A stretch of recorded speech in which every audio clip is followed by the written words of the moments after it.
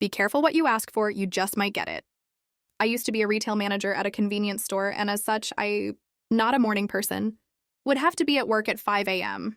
Knowing how I myself felt about having to be awake at that hour, I would do my best to be cheerful and make my customers smile by lightly joking a bit and telling them to have a wonderful day as we finished our transactions.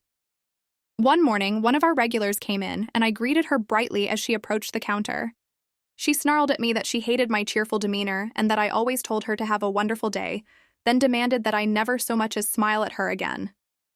I apologized for my cheerfulness and told her that I would immediately and permanently comply with her wishes. I proceeded to do exactly that. From that day forward, I'd treat other customers in my normal, cheerful way, but as she'd approach the counter, I'd stop smiling and bantering and drop into my natural resting bitch face. I would complete our transaction, then cheerfully turn to the next person in line and continue my banter. After about a month of this, the woman came back in at her normal time and complained about how much she hated that I wouldn't banter with her like I did the other customers and how miserable it left her feeling all day. I reminded her of her previous demands and that she was getting exactly what she'd demanded.